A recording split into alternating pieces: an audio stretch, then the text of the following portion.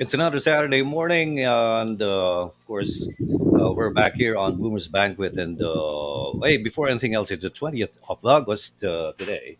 I just want to have a shout out for my daughter, Ronnie Baldonado, Ronnie Mercado Baldonado in New Mexico. She'll be celebrating her birthday tomorrow. Happy birthday, Ronnie. Love you. Okay, so my name is George. Hello, good morning to all of you. And today is a special episode of Boomers Banquet. Why? No, finally, hindi na ano. Dati kasi ang Boomers Banquet mga kwentong walang kwenta. Eh.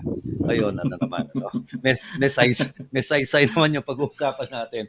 As a matter of fact, it shows, no, paano when I first posted the promo on Facebook and on Instagram, in less than 20 minutes, in less than 30 minutes, about 30 people already reacted. People I didn't even know, no?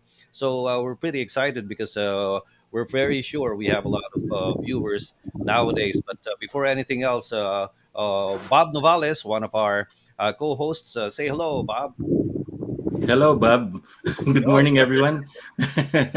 And welcome to Boomer's Banquet. As I said, mga kwentong walang kwenta ang pinanggalingan namin. And we're going just a tad cerebral today because we have a distinguished fellow So joining us today. puro libro yung nasa likod, nakakatakot. Puro libro yung nasa likod.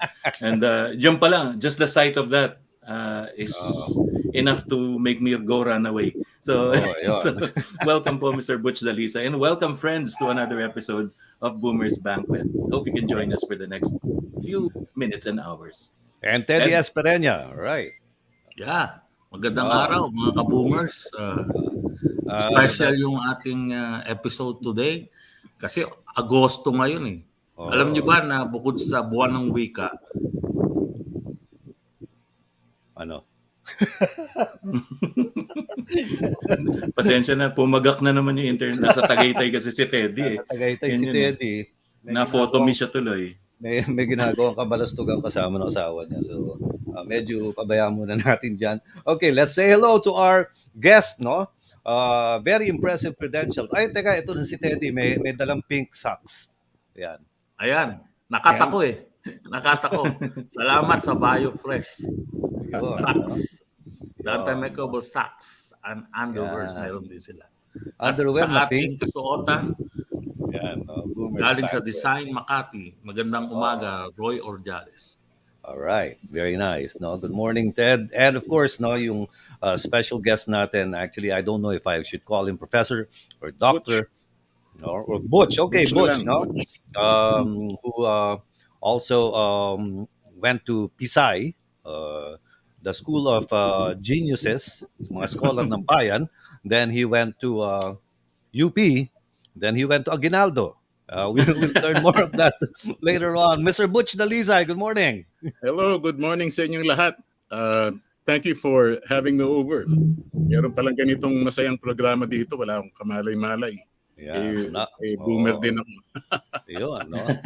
Butch, ayun, ano, nakikita ko sa background mo, may Parker, oh. Isa sa mga poster ng isang pensa na koleksyon ko yan. Mamaya, pwede natin pag-usapan yung mga wag naman yung masyadong seryoso. Ang ano ko dito Sabado ng umaga ayoko sumakit yung ulo ng mga kaibigan natin. Kaya anyway, kahit naman ng mga kalit-liitang bagay, meron ding ano yan may mga implikasyon din yan na gusto mo talagang pag-isipan. May lilitaw din dyan, pero relax lang tayo. Yun na nga eh. Okay, first things off, no. Of course, you're called Mr. Penman, tsaka QWERTY man, no. Yung because of your ano ba yun, no? Yung QWERTY man, why? Is it your obsession for typewriters? Oo, kasi nung tinanong ako kung anong gusto kong ipangalan dun sa column ko, meron na akong penman for the past 22 years doon sa lifestyle section. So that's me writing about arts and culture, that kind of thing. Dito sa nung nilipat nila, binigyan nila ako ng column sa op-ed. Parang medyo mukhang seryoso 'yon. So parang yun yung aking journalist persona naman. Di ginawa kong QWERTY man kasi Nangongolekta din ako ng makinilya at dati akong journalist na talagang makinilya ang ginagamit. So, parang medyo mas formal na ano yun, na that persona. That reminds me of the late great Doroy Valencia, who never really got to learn how to use a computer. Hanggang his last days, typewriter pa rin yung ginagamit. Maraming ganyan. Maraming mga folks out na talagang sanay sila sa makinilya. Dun lumilito yung pag-iisip nila eh. Okay na. I mean, sina Shakespeare naman, wala namang computer yung mga yan. Oo nga eh, di ba? Paano sila nakakatulad ng pagkaganda-ganda at pagkarami-rami? Oo, yun ang ano eh. Actually, nung first time rin ako nagkaroon ng computer, nasisira yung keyboards dahil syempre, diin ng gano'n eh, no?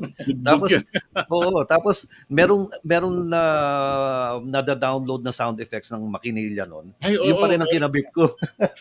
Meron. Mga sentimental na gustong maalala yung panahon ng makinilya. Pwede pa yan sa cellphone, di ba? Yung key na may tunog na click ng makinilya. Yun ang ano eh. Teka, yung for the benefit of our younger audience, Butch, no? Ano yung QWERTY, no? Where did that start, no? Ako, I took up typing kaya alam ko yun eh, but it will have to come from you. Yun. Well, yung ang first na commercial na typewriter, yung Scholes and Glidden, mga 1871 lumabas yan eh, no, sa US. And right from the start, practically, ang keyboard ng makinilya, yung QWERTY na alam natin na keyboard, no, yun yung unang mga letra dun sa pinakataas na linya. Surprisingly, it's remained pretty much that way since the typewriter was invented. I really don't know the exact science behind it. Ang sabi nila parang intuitively daw doon pumupunta yung mga daliri mo. Although marami na mga alternative keyboards na lumitaw after that, purporting to be even more scientific, tulad nung pinakita ko doon sa Facebook na pwede ko rin ipakita mamaya yung aking 1896 na typewriter. Iba yung keyboard noon, tatawag doon Diet Tensor. Kasi como yun daw yung mga letra na most frequently used in the English language. But none of these alternative keyboards really took off. Napako tayo doon sa QWERTY hanggang panahon itong computer, QWERTY pa rin tayo. So there must be something to it. Yeah, yun na nga, yung QWERTY na yan. Tapos I remember sa typing class, the most common exercise is the quick brown fox jumps over the dog. Because you type all the letters of the alphabet, right? That's right. Pero I have to confess na hanggang ngayon, dalawang daliri pa rin ako Maraming ganyan. Ako ganun. Tik-tik din ako eh. Never. I know somebody nga si Mike Pedero, who also comes from UP, is a professor sa UP IMC, no? Or College of Mass Communication. Kung mag-type isang kamay ganun lang. Ganun. Oo. Kaya lang mabilis. Hindi lumilipat. Oo. Tapos arkitekto siya, he never uses computers pag nagde-design siya. Walang CAD. T-square pa rin. Okay. Talagang no? Okay. But the first time I really got interested in your collection was when you posted Parker 45. Okay. No? Paano yun yung fountain pen ng daddy ko eh. Okay. No? Na panaginip ko magkaroon because it's 24 karat gold yung tip eh.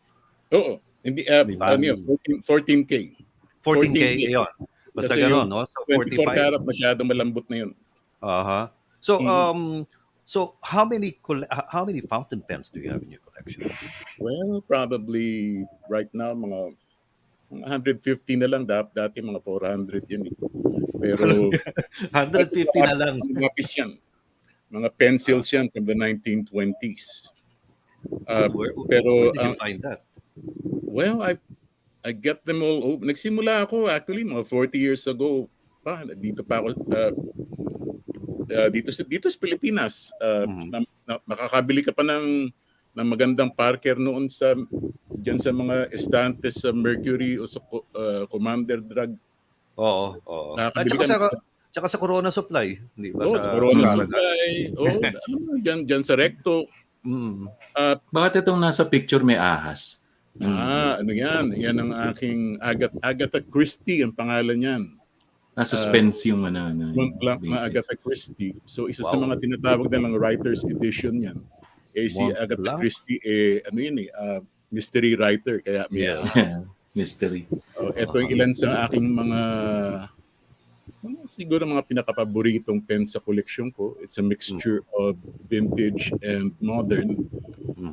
The vintage pens go back to the 1920s. Mga nasa bandang kaliwa, bandang kanan, mga vintage yan. Pero makikita nyo, yung mga iba na modernong pens, kinukopya din nila yung 1920s na design. Yes. So there's really a kind of a revival of old things. Lalo na para sa mga bata na hindi naman nakaabot niyan. How do you load that with ink? Ganon pa rin yung pinipress ganyan? May tinatawag na filling system yan. Yung kaninang may ahas na yun, piston filling yon. Ibig sabihin, mayroon ka pinipihit dun sa puwet para pumasok yung ink. Yung iba naman, right. Yung iba naman, yung mga lever filler, yung may parang igaganong-ganong ka na lever dun sa side ng pen para higutin. Right. I remember that. Oo. Wherever ganun eh. Bata pa tayo. Yan ang pang-theme writing eh. Oo. Tayo naman, lumaki tayo. Andyan pa yung fountain pen. Bago pa lang yung ball pen nun. Kaya nakaranas pa tayo nung yung mga daliri mo puno ng nakakalat. Nakakalat. Nakakalat yun eh. What was your first fountain pen? Ay, siguro yung baka isa sa mga pen ng tatay ko. Ganyan naman yan eh. Gusto mo yung gamitin niyo sa tatay mo. I'm pretty sure it was a Parker something. Yeah. Pero wala na akong na retain sa mga pens niya kundi isang big na ballpen na ginamit niya hanggang huling araw niya. So yung pinagkakatago ko. Mga brands po na Butch ng fountain pens noon. Ang Parker, isa sa sikat yan. Pero may mga iba ka pang maaalala na. Meron silang tinatawag na Big Four noon. Just what they call the classic age of fountain pens before the war. So merong Parker, Schaefer, Waterman, at Eversharp. Yung apat na yan. Tapos sumunod na, syempre, sa Europe, ang dami ding syempre, nandiyan yung Mont Blanc, yung Pelican, hanggang ngayon, malalakas pa rin. And Japanese pens, like Pilot, Sailor, Platinum, are also very, very good.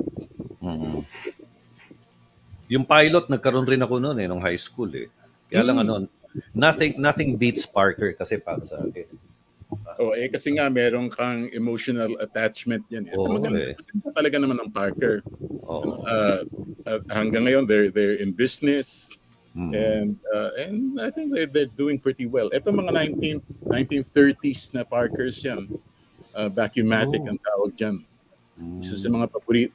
This is the core of my collection. I have about maybe 70 of these pens. Yung nag-buy them as sets or isa-isa talaga ninyo kinolekta?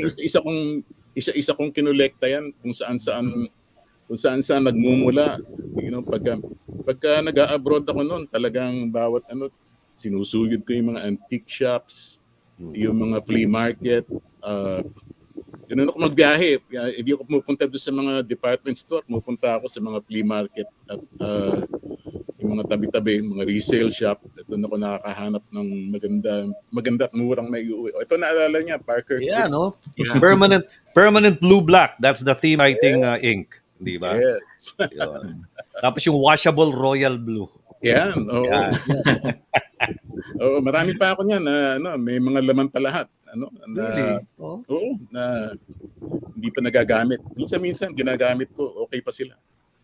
Mas indelible pa to dun sa indelible ink ng election di ba? Ay, oo. Kaya nga permanent eh. Oo. Yung nasa kanan yung red. I remember nung grade 5 kami, yan ang pan-check at saka pang-grade ng teacher namin. Kaya biro mo fountain pen, no? Yan ang ginagamit niya. Yung red tsaka blue na yan, I think it was parang ito yung victory na ink nila nung after the war. Kaya red, white, and blue ang kulay eh. Kaya V-mail? Oo. For V-mail nakalagay. Oo, V-mail. Ayan.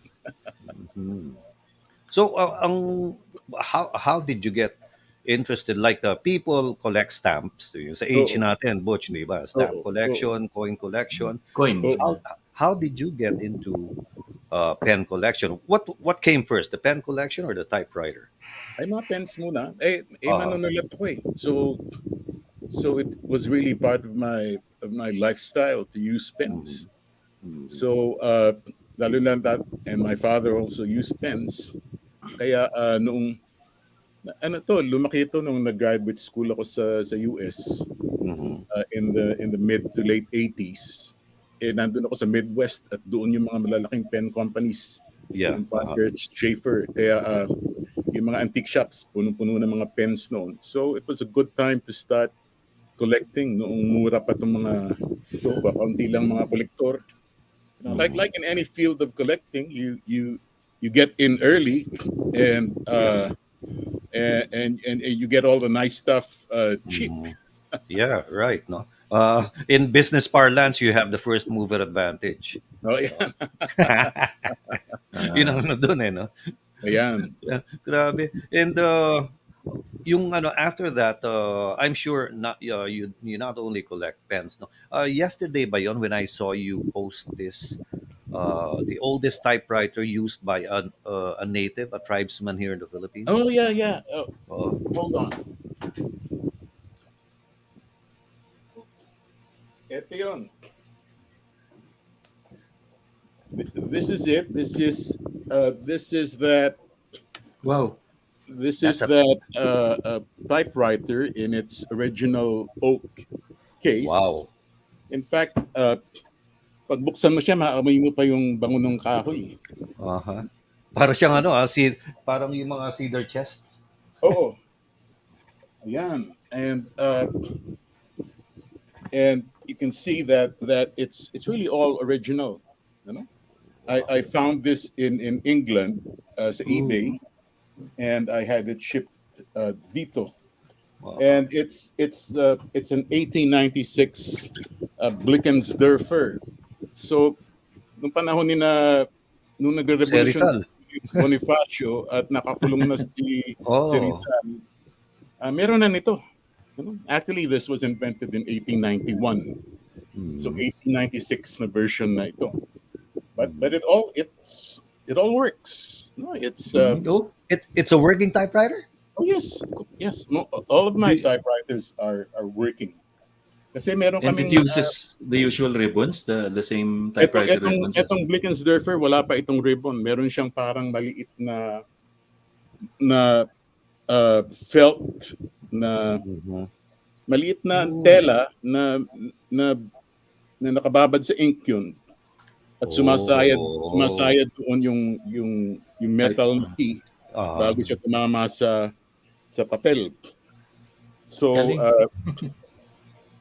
so it's pretty amazing na something like this can still be around and fully functional. And how did that tribesman discover that? Apparently, ginagamit na nila ito noon. Yung tribesman na yun, I later found out from my friend Dr. Ikin Amores sa UP Baguio. She's the executive director of the Cordillera of the museum doon. That tribesman was a well-known chieftain by the name of Antero, and he was the translator and the interpreter of the group of Filipinos who were exhibited in the St. Louis Exposition.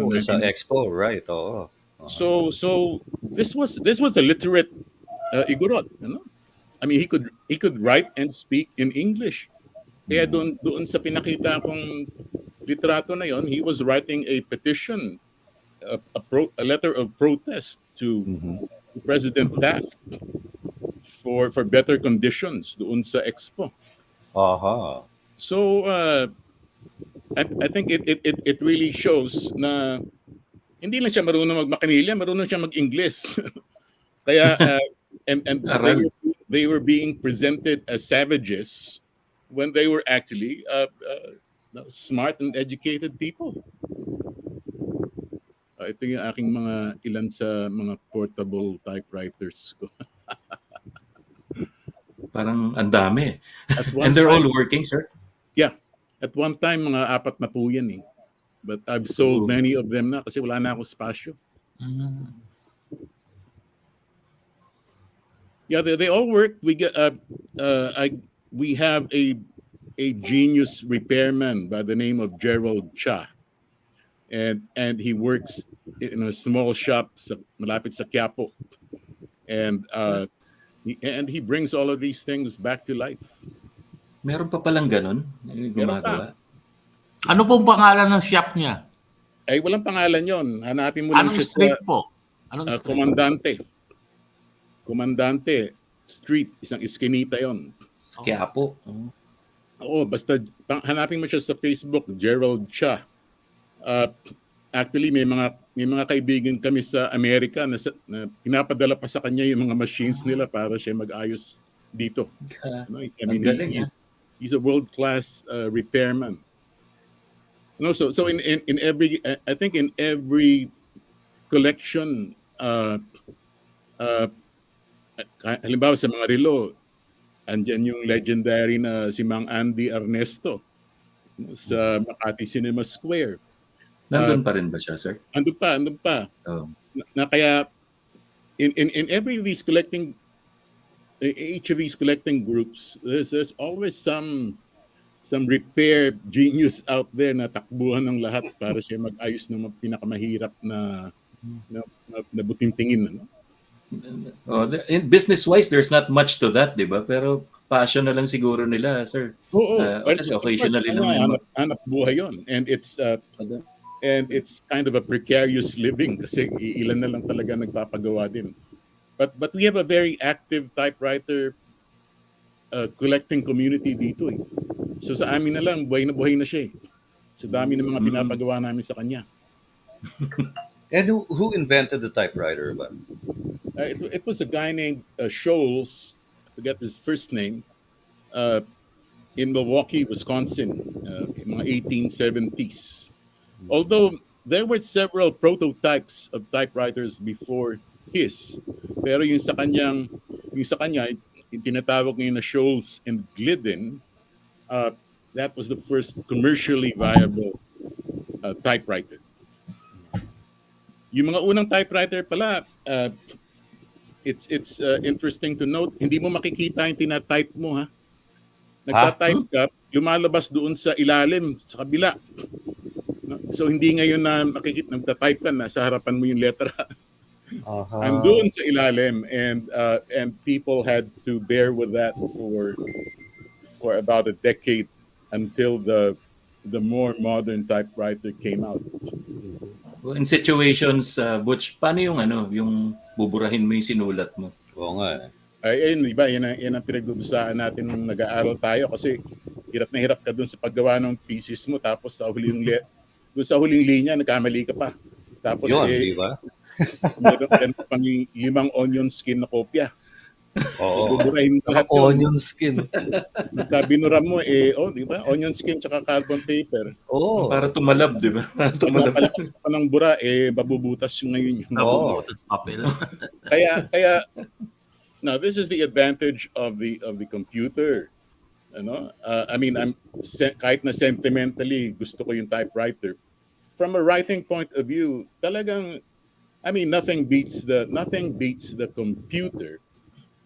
Kasi you can revise very easily, and painlessly. Yes, and that's right. It's really revision that improves what you write. Sa makinilya, magkamali ka ng konti. It's really revision that papalitan mo naman yung papel, i-retype mo, kaya tinatamad ka na, kaya sasabihin mo, pwede na yan. Yung attitude na yan na pwede na rin, uh, you know, that produces mediocre work. Yep, that's right. Sa computer, pwede mong ilipat yung mga buong paragraphs, cut and paste hanggang ma-improve Oh, yung organization noong text. On the other hand, sa computer naman, wala kang mga draft na nasa-save. Kaya hindi mo alam kung ano yung pinagdaanan ng trabaho. can Uh, you imagine? Ano? oo. Lalo na the first ones you were saying na hindi mo makikita yung tinatype mo. Oo. Oo, Pag, makikita mo lang pag tapos na. Paano kaya yun? Kasanayan lang yan. Wala naman sila ibang choice. So, diba? para sa kanila, okay na yun. George, si Mati nandito na.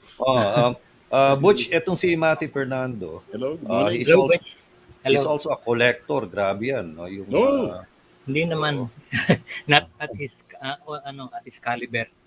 Masyadong 1800s. Meron ka nun? Well, I'm glad to be on board again. Anyway, kamangha-mangha yung collection. Salamat.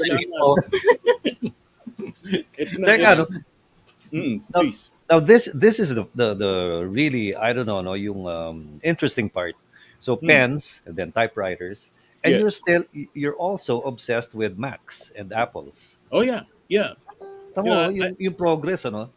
Well, I have this digital and analog side. Kasi nga Philippine science ako, and I'm a frustrated engineer. Mm-hmm. So actually, before typewriters, I was collecting Macs. There was a time when I had maybe about 25 Macs sa bahay. Desktops and portables, and I would Macs. Macs and Macintosh computers. Meron din akong maps, pero mas marami yung Macs. Kasi Apple addict talaga ako mula pa eh. And I would take them apart and upgrade them myself and fix them myself until it got to the point na wala na rin akong spasyo, so pinamigay ko na yung karamihan ng mga makina ko. I just keep a few, pero I still have siguro mga 6-7 Macs around the house. So I can bring my obsolete Mac to you, and probably you could upgrade it to something usable. kung may pyesa pa, yun ang problema ngayon eh. Although, kung talagang gusto mong pagawa, may mga gagawa niyan. Marami pa rin tayong dito, mga fanatics. Inisnab kasi ako nung isa nag-advertise sa Facebook eh. We buy old Macs. No? Tapos tinawagan ko, no? Eto, yung model ano model na sa inyo? Ganyan. Ay, hindi na namin tinatanggap yan. Ganun ba naman sabi sa akin? Oo. George, baka X naman yung dulo ng Max mo. Oo, mas mabuti pang itago mo na lang yan na parang museum piece. Museum piece na lang. Teka, meron ako nakita from Professor Perenya. Ano yung nakalagay? Maganda yung Thanks for sharing your memorabilia of collectibles, Dr. Dalisay. Our students are interested to know the indelible memories you have collected in writing your fiction, especially the novel Killing Time in a Warm Place, which we study for Philippine literary history. Very nice. Okay. Salamat. Parang that's the more serious part of what I do, which is to write novels and essays. But writing is a very lonely business. Mag-isa ka lang dyan, which is why I need all kinds of diversions to amuse myself. And kaya marami ako kaya I built up so many collections para mga toys ko ito. And so yung column mo, your column sa PhilStar, the Monday column, I noticed lately parang satire. Ang ganda eh. Oh yeah. What made you get into that? I decided na doon ako pupunta kasi I can write an op-ed, an opinion column about government procurement, corruption and all that, but everybody else is doing that. Yeah. They can do it better than me. Hindi naman ako kasi yung tipo na networker na tumatambay sa mga political na kapihan at nakikipag-chismis sa mga congressman. So I thought I'll do something different and try to have fun with the absurdity of our political situation at para mapangiti pa yung tao instead of magalit lang lalo at I mean there are many ways of giving an opinion. Nakakatawa eh. And the viewers out there, you should make that a Monday habit of yours. So buy the Philippine Stars opinion page. Butch Dalisay's column is there, Quirty Man, and it's so funny. No, it's so funny, and at the same time, it's so biting, di ba? Yung nangangagat eh, no? And I just love it. Every Monday talaga yung over coffee, ayun, yun ang binabasa ko. Sarap basahin eh. He always makes it look like, ba't nagkaganon? Naging ganon, di ba? May mga ganon siyang mga kwento, mga ironies and stuff. Oo, ang ginagawa, may tinatrabaho nga akong piyesa ngayon for next Monday. Apat na sister, yung mga mga madre, na nagpo-poker. O ayan. Sounds familiar. Subversive sisters having fun. Yeah. Taga Cebu po sila. I can't wait to see the feedback. Yung sasabihin. Itago na lang natin sa loob ng monasteryo ng Carmelites. Sabi ko, masaya pang gumawa ng mga ganyan kaysa masyadong I mean, we have 6 years of political drama to go through. we need to stay sane, and sometimes sometimes laughter Kaya po is siguro the way to yung kwentong kutsero nag-click din. Oo nga, iba ginagawa nun yun eh. Satire. Nung panahon nga nung pre-war pa, yung mga manunulat natin, yung mga creative writers natin, even our poets, were the ones on the op-ed page. Hindi naman uso yung columnista nga na talagang parang political animal na. I mean, came from a certain discipline, and then you wrote opinion. So maybe we'll have Butch, no? If I were to butt in with that, dati parang labanan sila for creativeness for creativity. Parang doon makikita yung galing di ba? So it's not the political leaning or anything, hindi cloud chasing. Yung galing nila kung paano mag-compose. Kasi naman noon, I think there was intelligence and civility on both sides. Yeah. So you can have a real intelligent and interesting conversation kahit magkaiba pa yung politika ninyo. And unfortunately ngayon it's been overtaken by trolls. Kaya isa pang dahilan nyo kung bakit I'm using satire. Kasi hindi naiintindihan ng mga troll yan. Hindi nila ako kayang i-troll. Anong sasabihin nila? Satire eh. Oo. Loko. Yun ang no? Ano pa yung mga can you show us your room or paano? George, pwede muna magtanong tungkol doon sa collection niya ng typewriter. Sige.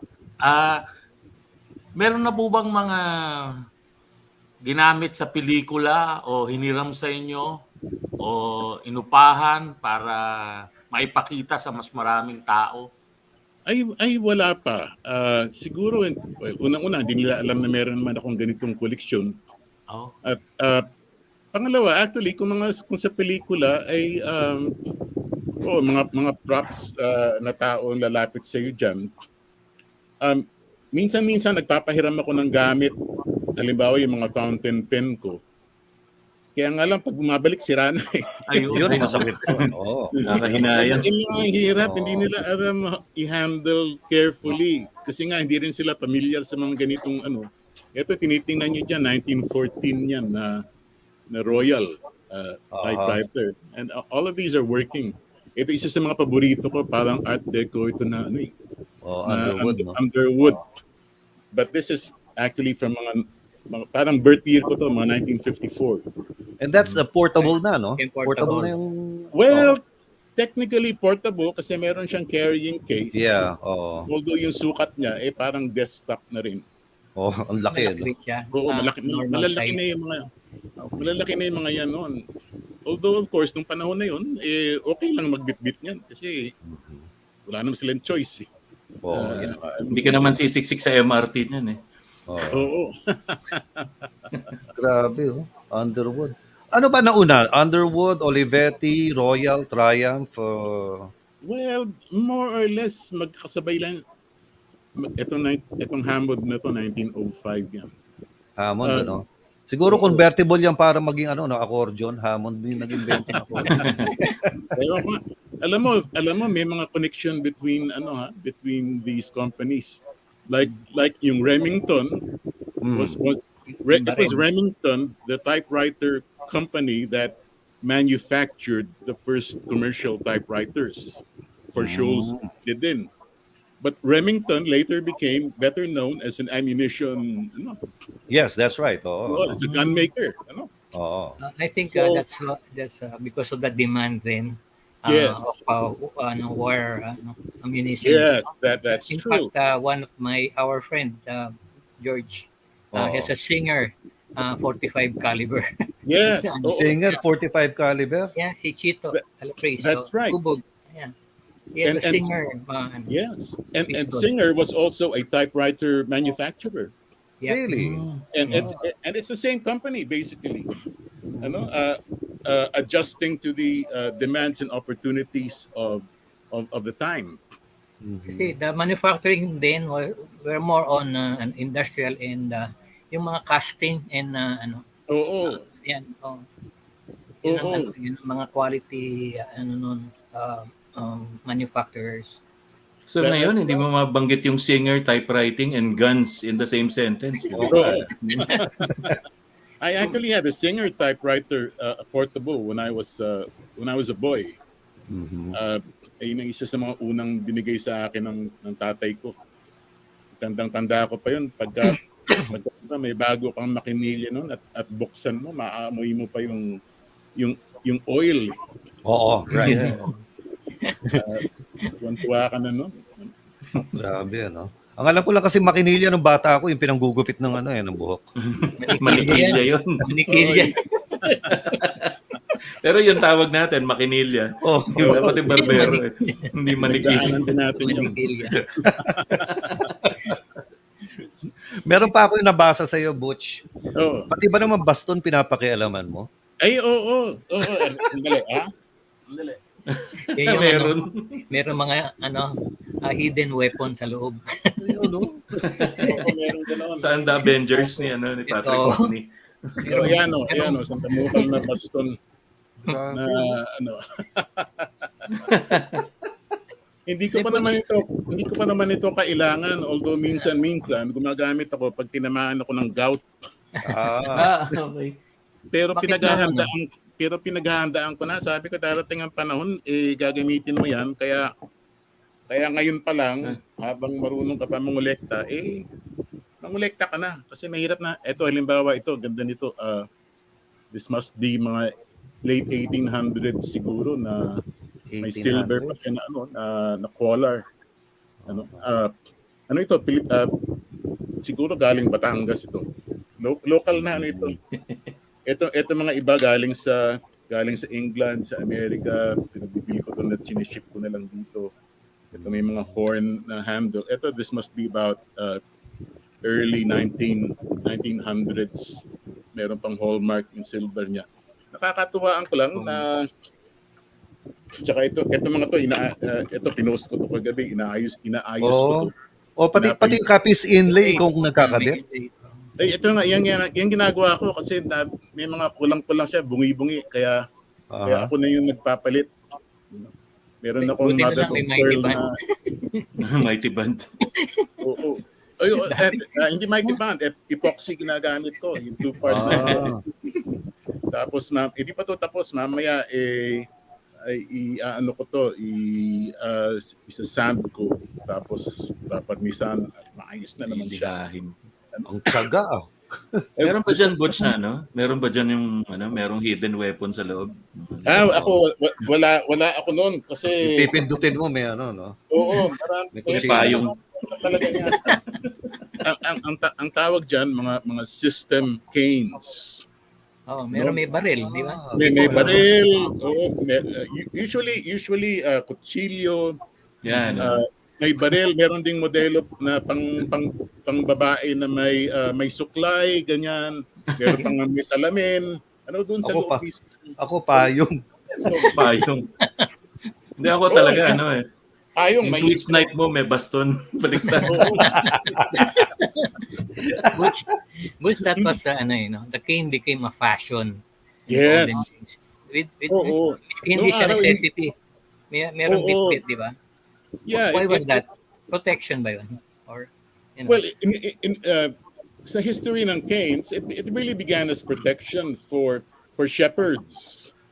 They yung canes nila parang nakikita mo sa mga illustrations sa Biblia na malaki, di ba? Because it was protection for the shepherd and the flock, against wolves and others. And then it became a fashion accessory in the 1600s in Europe. So the fancier your cane was, it was a status symbol. Diamond studded pa. Yes. Even before it became like a medical device. Accessory. Kaartehan talaga yan. Hindi functional, hindi. And later on, yun, nagdagdag na yung mga kutsilyo, yung mga ganyan. But to me, again, they're just objects of beauty and utility. Tsaka pag may nakikita kasi akong ganyan na karamihan nito dito pala sa Facebook na bibili. Pag may nakikita akong tulad nito, yan naka-advertise, o sabi ko magkano yan, sabi mga 2,000, hindi akin na lang. Sige na. So, kahit kung kakailangan yan, sayang eh. Mamaya madami na. Parang ganun ang collection. Madami na sila. Siguro mga mahigit sa dosena na itong mga may mga parating pa. Actually, ako last memory ko niyan, sinama ako ng lolo ko. I was probably about 6-7 years old. Lolo ko, sinama ako, magsisini kami sa Ideal. Benhar yata yun. Naka-baston, naka-bowler hat, tapos naka-barong. Yun lang. Yun ang mga suit nun di ba? Tapos two-tone yung sapatos na, di ba? Yes, two-tone. Tanda ko pa yan. Di ba? Ako pa yung nag-jobus nun sa di ba? Jobus. Teka, Butch, totoo ba yun yung Jobus, kaya tinawag na Jobus? Brand name. Yun ang pangalan ng Joe Bush. Really? Joe Bush was a brand name. Was a brand name. I see. Parang yung tatay niya na yun. Tatay ni Joe W. Bush. Yun ang original. I saw a picture, an old picture. There was a shop named Joe Bush in front of the Santa Cruz Church. Sa Plaza Santa Cruz. Yes. Yes. That's right. Nakita ko rin 'yon. So ito yung mga vestigial na mga yan, and I'm sure like binanggit ko and I'm sure alam na mga boomers dito yung Tansan was a brand of drink. I was looking for my bottle. I could not last week. Teka. Tansan is a brand of drink? Drink, yes. Pinakita natin last week yung image na. Last week. Oo. I was looking for my bottle, hindi ko makita. Pero I have one. Ayun. Oo. Yung parang yung sa akin, parang torpedo type siya parang bomba. Yes. Oo. Sir Butch, balikan ko yung cane. Meron na akong trivia. Kilala niyo naman siyempre si Don Manolo Elizalde. Oo. Yung patriarch ng Elizalde. Yes. Oo. Siya nagkikane na siya nung mga 80s yata. Oo. Nasa Ultra kami, yung may PBA game. Nakaupo na siya, standing room only. So napapwesto kami doon sa kanyang lagayan na ng ng isa floor niya. Doon kami nakaupo. So ang ginagawa niya, ginaganon niya yung cane niya sa amin para malayo kami. Ginawa kayong langaw. Oo. Binawas-iwas na gano'n. Oo, may silbi pala eh. Oo, pastul kayo. Pasalamat ka, hindi baygo ng dala nun. Oo, at saka walang ano. May sikreto, walang, no? May trigger. Walang hidden, ano yun? Walang hidden na Weapon. weapon. Yung si Don Manolo, palagi nakabarong Tagalog din yun. O kaya yung Oo. white na Americana. Di ba? Oo, Americana Serrada. Oo. Yung ba tawag doon, Americana Serrada? Yung shark skin na Americana. Ano yung dehilo? Di ba meron dehilo? Dihilo. Oo. Dehilo yung t-shirt. Ano yun? Alam ko, t-shirt. Fabric yan. Oo, t-shirt. Dehilo. I see. Oo. Well, kung magpabada ka na na luma, may hilo ka rin. So, dehilo rin yan. Yan. Anong future plans mo dyan sa mga collection? Kasi many of those I know na nagko-collect. Diba, when anong gagawin afterwards? No? Oo. Well, yung aking mga antiquarian books, ipapasa ko sa UP yun o kung saan library yung maalaga sa kanila. Tapos itong mga pens ko, tsaka itong mga iba pa, sabi ko isa lang ang daughter ko eh. May hilig din siya dito, but obviously she can't take care of all of them. Sabi ko, feel free to sell them to collectors who will appreciate them. Basta lang nasa mabuting kamay. Di ba? Oo, basta yan ang importante. Yung nakakaintindi ng ano. But pre-love kasi dapat love pa rin pagkatapos, di ba? Yes. Butch, kaya tinatanong ni Matty yan, may interest yan na manahin yung mga ano mo eh. Yung mga collection mo. No problem.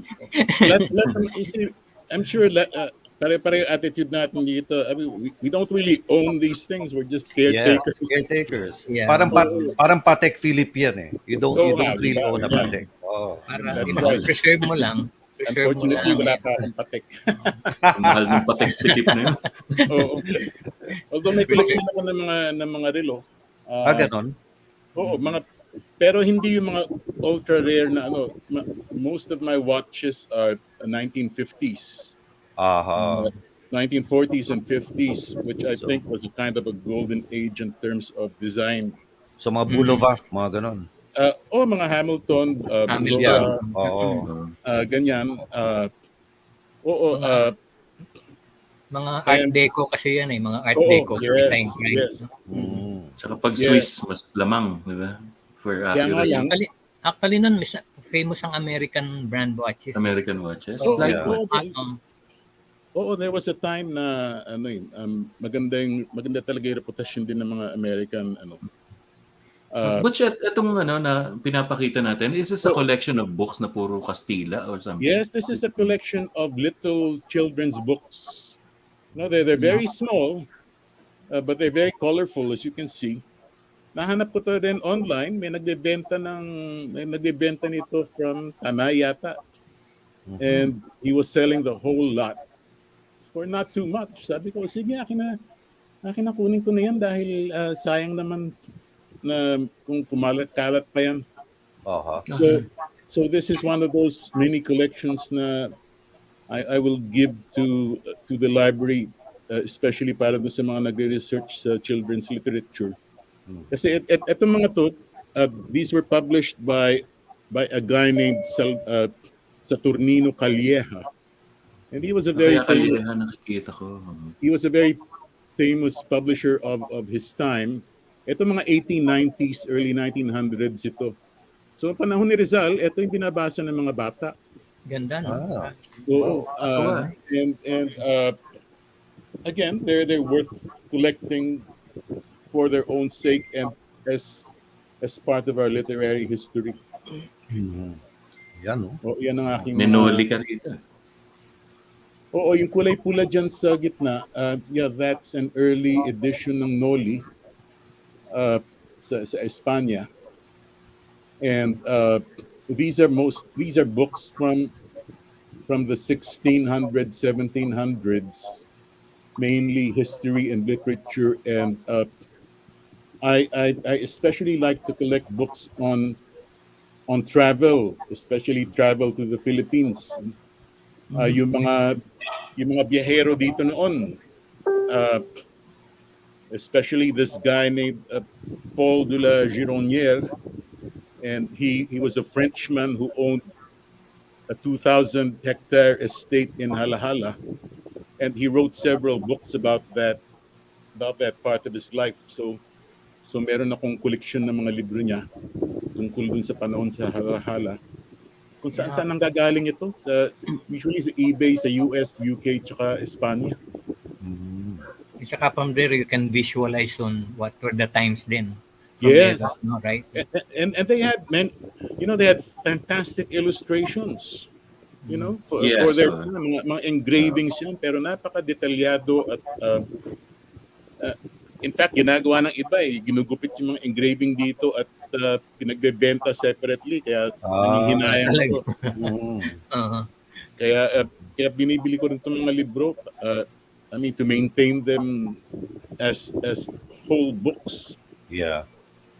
Imagine, just printing these books during those times, ang hirap siguro niyan, ang tagal ginagawa niyan, Matagal ginagawa. But leche pa yan Leche. The interesting thing is that many of these books this must be from the 1600s. They are tougher than books from the early 1900s. I have books that are 400 years old that look new and are very, very strong. Kasi ang ginagamit nila noon was cotton and linen instead of wood pulp. Yes, na naging acidic. Kaya itong mga libro natin na early 1900s, kung makikita ninyo, talagang they're browning, they're coming apart, they're flaking because the acid is eating it up internally. Itong mga to walang acid yan. Yung tinatawag natin acid-free ngayon. Kaya ang titibay nila. Kaya it's in a sense it's more fun to collect older books because they last longer. They last So it's the kind of paper they used, yung pinagpiprintan. Yes, it's the kind of paper they use. Commercialism din kasi yung Siyempre. As I see it, yung early CDs made in 82, 83, no, they're now eating the aluminum part of yung ink that they printed on. They're eating the aluminum. So, yun ang problema kung minsan commercialization or shortcuts, no? So everybody was going back to vinyl. Kasi mass market production na yan Kaya the lower your production cost, the better. Ganun din nangyari sa mga libro. Mas mura yung wood pulp kesa cotton o linen. Hindi naman nila inisip na buhay pa ba ito 100 years from now? That was important. Sir Butch, yung mga collection mo ng libro, nasa isa bang place yan na may dapat temperature yung room? Ito, dito sa office ko, meron akong dalawang dehumidifier dito. And I think this is very important for any collector who deals with paper. Right. Nabibili naman ito sa Lazada at Shopee, mura lang mga 3,000 lang yata ito Alam mo, Butch, most of the collectors na nakilala natin lost theirs nung malaking baha. So, sa'yo, you survived that. Your kasi mataas kami sa UP. Tapos talagang I make sure na above ground level itong aking mga koleksyon. Tulad nito ngayon, I'm on the second floor. Kaya babahayin na yung buong Maynila. Malamang buhay pa itong mga libro ko. Sir Butch, speaking of trolls, baka tanungin ka nila, nag-survive ba yun ng first quarter storm? Nakulong ka si Butch. Nung first quarter story, yung aking mga libro na subversibo ko no, pati yung mga libro na hindi, hinakot lahat ng militar. Hindi ko na nakita. I see. Hindi, pero baka alam nila sa storm, bagyo eh. Oh. Nabasa. Ano ka ba noon? Sa DECA or KM? Mas DK ako noon. Oo. Sa DECA. Oh. Kami, samahang double knit. Oo, sumunod na yun. Double knit tsaka chato. Si Teddy. It's so funny, ano? Sila Gary Olivar, puro mga subversibo dati. Tapos sumali rin sa... Mga ko yan, mga kasama ko sa loob yan. Oh. Saka Brad ko nga sa frat yan, si Gary. Kasama kami nakulong yan. 18 anyos lang ako nung nakulong ako dyan sa Bikutan. Yung aming kampo, kung nasaan ngayon yung SNR, yung, kaya sa akin yung BGC, hindi social yan. Yan ang, ano ko yan ang kulungan ko na. Piitan mo yan. Sabagay, si Henny Lopez dyan rin kinulong sa BGC, di ba? Ang dami namin kinulong dyan noon. Kasama ko sino Orly Mercado, sino Jojo Binay. Joke, no? Oo. At least, well, it was, it's a part of my life na, I'm glad it's over. Pero when you go through something like that. Parang Freddy Krueger yan, bumabalik, parang nightmare. Yun na nga parang magic ang nangyari. Parang sabi ko, saan napunta yung 50 taon bigla? Parang nag-time travel ako pabalik. pero what that leaves you with is the sense na anything beyond 25 years old, parang grasya na yan Kaya ayokong sayangin yung, which is why I'm into so many things. Ayokong sayangin yung panahon Kasi buti nga binigyan pa tayo ng buhay. Kaya we should use it to the max, not just for ourselves but for others din. Yeah, alala ko. Yung nakikita natin na may handwritten note. Yes, I also collect old manuscripts. On the left is a letter written probably in Latin or French or Old French. This is from about the 1600s. So ganyan sila magsulat noon. On the right, ito na yata pinakabugbog ko na libro, but I got it because it's a mariner's guide. This is a ship. This is a navigator's guide. Navigator. This book is from 1759, I think. Wow. And it's full of notes, marginal notes. So talagang gamit siya. Ibig sabihin, ito yung ginagamit ng mga kapitan ng barko noon. Ayan, sa galleon trade, sa mga pag na-navigate sila sa mundo, ito yung kanilang ginagamit.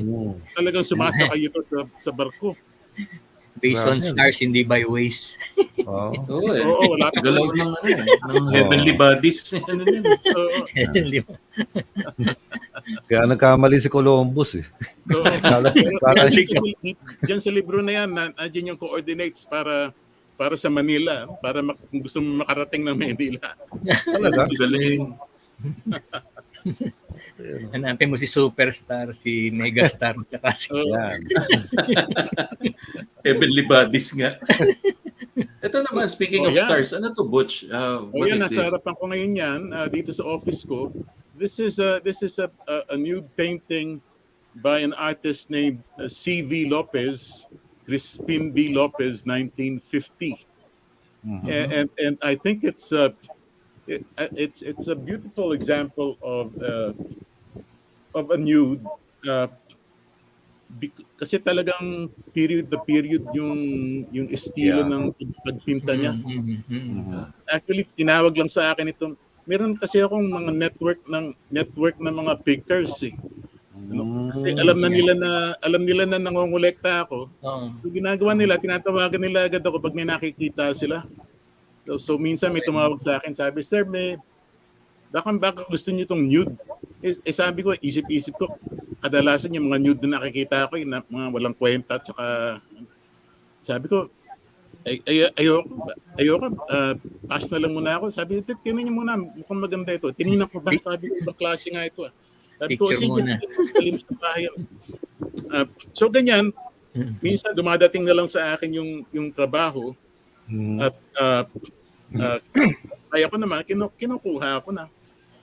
May storya ba to sa likod nitong painting na to, Butch? Hindi ko alam kung may storya yan.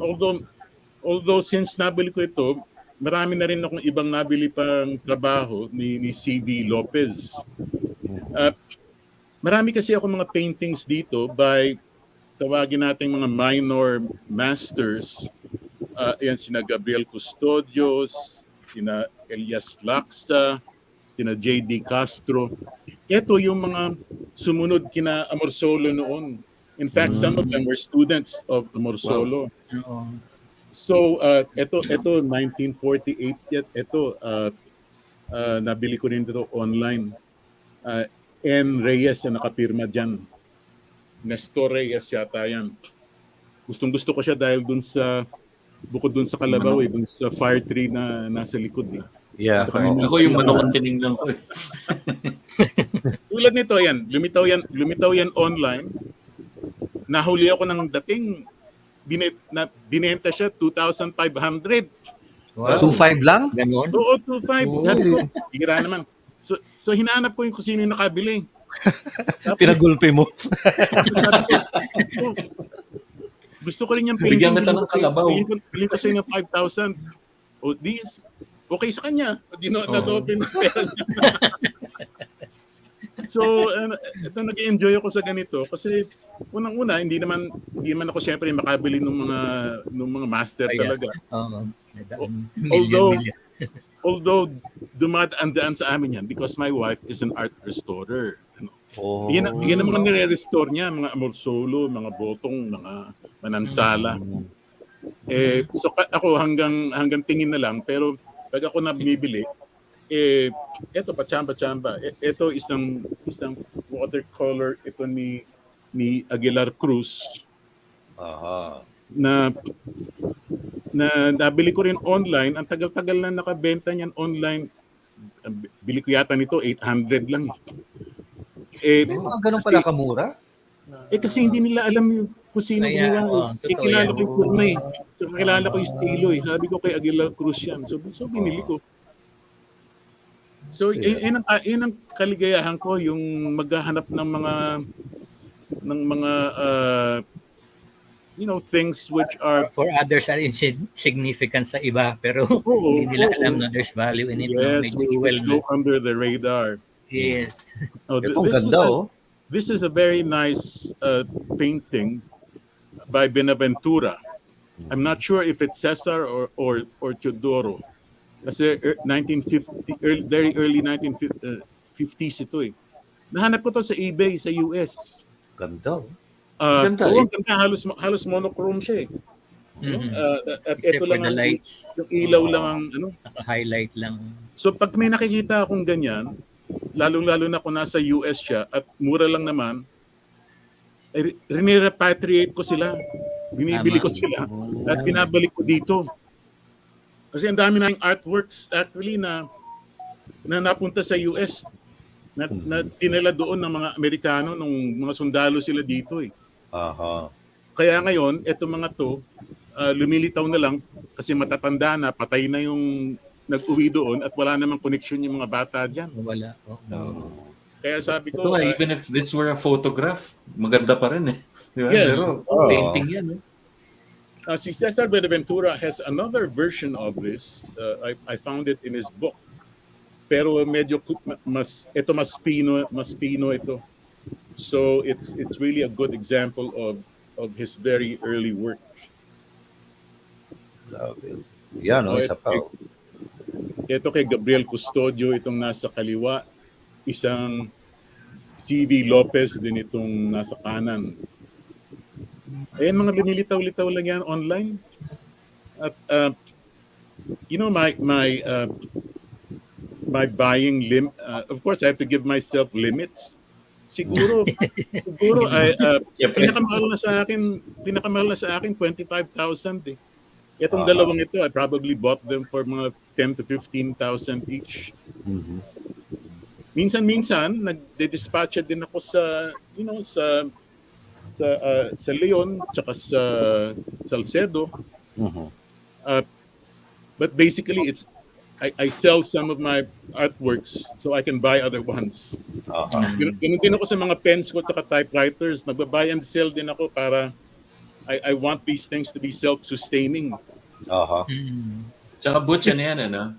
Thrill of the hunt yan di ba? Para Yes, hindi rin oo. titigil yung paghahanap mo.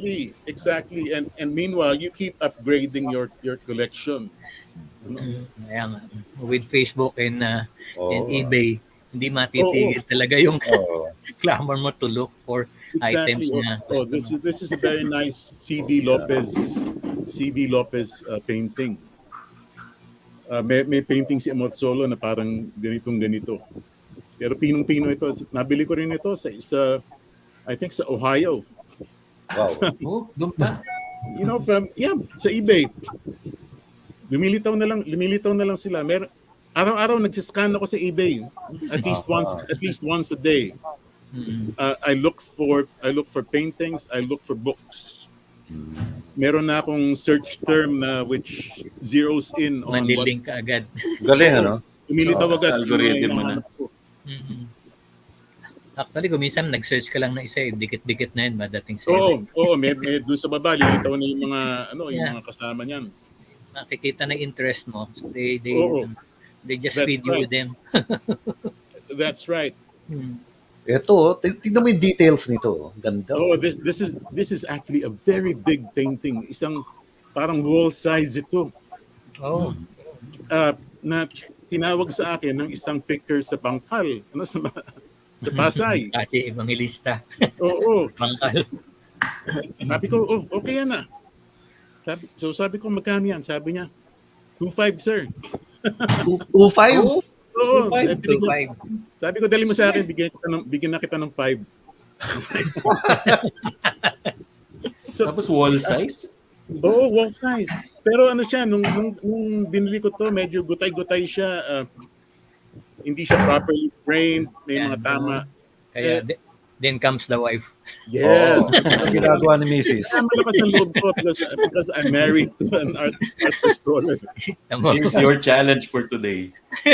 And then later on, hindi ko talaga mahanap kung sino yung gumawa nito. And then I found out, because I found a similar painting na it's by Zablan, Enrico Zablan yata ito.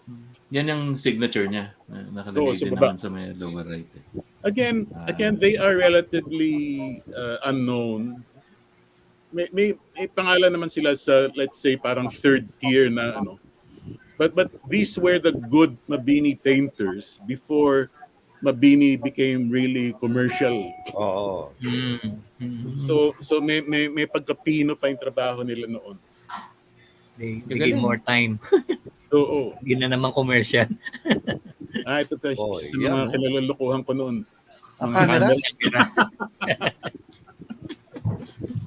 Pero bago na itong nasa kaliwa. Itong nasa kanan, Leica na 3F yan, binigay sa akin ng kaibigan ko. Binigay lang? Binigay lang. Nako, alam mo ba na marami sa mga koleksyon ko, some of my most valuable pieces bigay lang sa akin. Pwede ba makilala yung mga kaibigan mo? Para... Kailangan kasi i-advertise mo na namumulekta ako ng ganito. Sa kanila kasi nakitambak lang sa bahay yan. Ito maalagaan Oo, kaya binibigyan nila sa akin kasi maalagaan. So itong nasa kaliwa, Leica din yan, pero moderno na, digital na. Grabe, Leica. Kasi nga George, no, like me, sabihin mo lang, may mga luma ka bang plaka? I'll turn them into CDs. So after that, sa'yo na yan. Wala akong gagawin dyan. Okay na yung music. So ganun dumami yung collection ko ng mga LPs. And that was during the 80s. No, talagang wala nang nagko-collect. So ngayon, nag-resurgence ang ang mga vinyl. So ang mahal na ngayon, may value. Oo, grabe na ngayon. Ganun lang yan. Itong si Rizal, kay Kaedo ito. na bust. Caedo. Oo. Was that Si the one Anastasio from Caedo. I saw one from Nestor dun sa sa memories sa shop sa Ginawa. Oo. Ganyan. Oo. Si Caedo napakasipag nung gumawa ng mga bust ni Rizal eh. He was one of the better ones who was doing this. Ito, I remember pinuntahan ko ito sa Novaliches ng Hating Gabi. Oo, sabi ko, Para makuha mo to? Oo, sabi ko baka makawala pa to bukas, kunin ko na ngayon. Etong dalawang Sabihin na naman ng Sabihin na naman ng mga troll. Ito firmado ni Caedo ito sa likod. Sabihin na naman mga troll, ba't yung mga bust walang boobs? Sir Butch, tanongin lang din kita. Yung bang mga literary pieces mong sarili mo, naka-ano ba yan? Naka-preserve din ba yan? Oo, yung mga drafts ko noon, kasi pack-rap ako eh, kaya yung mga draft ko, yung mga ganyan, tinatago ko yan para sa anak ko. Mabuti na lang. So, yung mga personal na trabaho ko, nakatabi din yun. Although, siyempre, mas interesado ako mangolekta ng trabaho ng ibang tao. Yung mga kaibigan ko, mga national artists, halimbawa, hinihingan ko sila ng mga fountain pen nila, kahit ball pen. Sabi ko, basta ginamit ninyo sa trabaho ninyo, akin na yan. Tapos yung mga draft nila. So, may collection ako ng mga literary memorabilia. Tsaka mga pirmadong libro.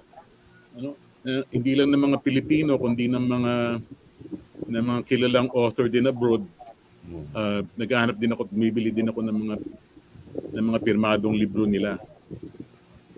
Yung nasa National Museum pa o library ngayon, yung manuscript ng Noli Me Tangere. Is that the original manuscript? I think it is. Oo. Siyempre makakaalam yan si Ambet, Si Ambet, yeah. Right. And you guys should if you haven't done so yet, you should guest Ambet at one point because his collection is like 100 times more fantastic than mine, especially when it comes to books. Okay, we'll do that. I had the pleasure of being invited by him to his home about a month ago, and just recently, I think I read about that. Talagang nalula lang kami doon sa kanyang mga collection doon. Like yung silver na pluma ni Emilio Jacinto. Silver. Pinagsulat ng kartilya. Ewan ko, yun ang ginamit niya sa kartilya. Pero naka-engrave pa yung pangalan niya doon. Emilio Jacinto. Hindi naman Jacinto, ha? Oo, dapat lang. It was Emilio Jacinto. Papatunaw na lang, Pero si Ambet belongs to the next generation. It's very impressive na Gen X siya, pero nagko-collect ng ganyan. He's younger than us. I think he just turned 60. But so boomer na rin pala. Okay, akala ko next gen siya. But he's an old soul. Yes. Sir Butch, marami nagtatanong. Yung daw mga Dalisay, taga saan? Kami yung mga pobreng Dalisay, may mga Dalisay na galing Dalisay Theater. Benida. Dalisay Patis, meron din nun eh. Dalisay Patis. May mga Dalisay kasi titingnan mo talagang Tagalog yung pangalan. May mga Dalisay galing sa Nueva Ecija, may mga Dalisay sa Davao, yung pinakamayamang Dalisay yata na sa Davao, si Lolo Desiderio. Noon, tumapaya daw sa... Siyempre, na-influensyahan ka nung mga ninuno mo. Kami, hindi naman kami ganun na Dalisay. Kami mga Dalisay na magsasaka sa... Na-trace ko yung aming origin sa Ibahay, Aklan. Ibahay? Dahil mayroong isang Dalisay na gobernador Silio pala noon. So, pinanggalingan din kaming medyo may pwesto noon. At noong 1600s. Tapos may Dalisay na naging playwright doon. At yung kanyang dula ay itinatanghal pa rin tuwing January 15, which happens to be my birthday. So it's an amazing coincidence. So from Aklan, we went to Romblon. At doon ako pinanganak. Oh, okay. My grandfather was a poor farmer. You know, my father did not finish college, although he was a very bright man. Pero highly literate na siya, kaya doon ko nakuha yung aking pagbabasa at pagsusulat. So, I mean, we just, in effect, we just got into a middle class like a generation ago. Pero kasi po, ang alam namin sa salitang Dalisay, parang malalim na Tagalog na. Wagas fresh. yun, di ba? Parang ganun. Fresh. Fresh. Baka maaaring Sariwa. pinanggalingan nga niyan talagang sa Central Luzon. Posible. Pero yun, ang earliest na alam ko talaga, earliest na na-trace namin sa Aklan. Sa Aklan. At saka buti na lang Dalisay. Can you imagine kung pangalan niya Butch Sariwa? Oo. O Bilasa. Mas masama pa. Butch Bilasa. Mas masama. Pero siguro yun ang inspirasyon nung Ricardo. Dalos may tanong sa akin yan. Sabi ko na lalabas eh. Sabi ko na nandito si Teddy, lalabas yung angle. Pero suwabe naman ha. Suwabe Ang ganda nga, ang ganda ng setup eh. Kaya bilib na bilib ako. Ayun eh. Ibang klase. Ito yung Butch, Atlas. Padre Alge ba yan? Oo, Padre Alge yan. Ito yung Atlas de Filipinas, which is a must-have in any Filipiniana collection. Isang koleksyon ito ng 30 mapa na binuo ng Manila Observatory, mga Jesuita. And the interesting thing is that this book has 2 title pages. Kasi yung kasunod nito ay isang title page sa English naman, at ang lumilitaw na publisher doon ay yung US Geographical Survey. Kasi lumabas itong libro 1899.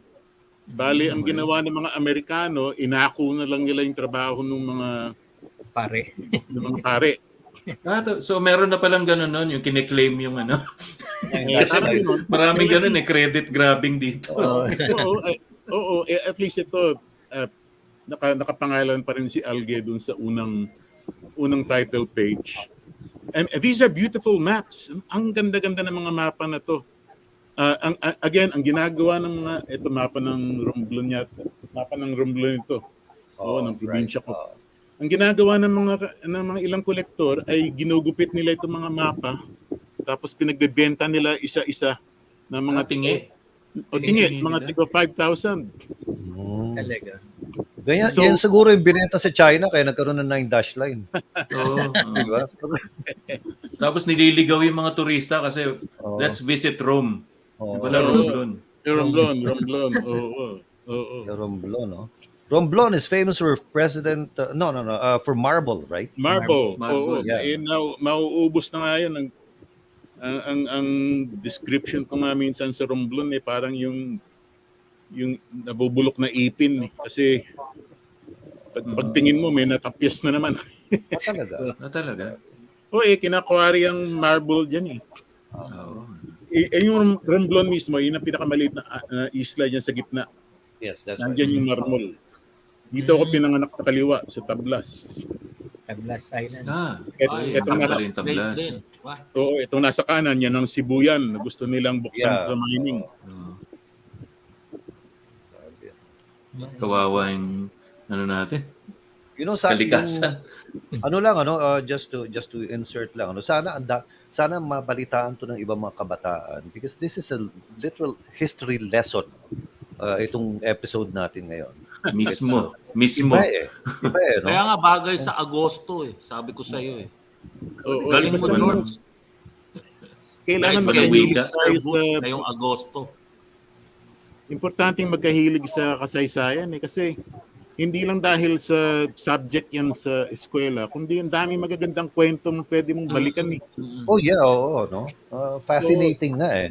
fascinating hindi ka na kailangan mag-imbento pa ng bagong storya, hindi mo na kailangan mag-Star Wars o ano.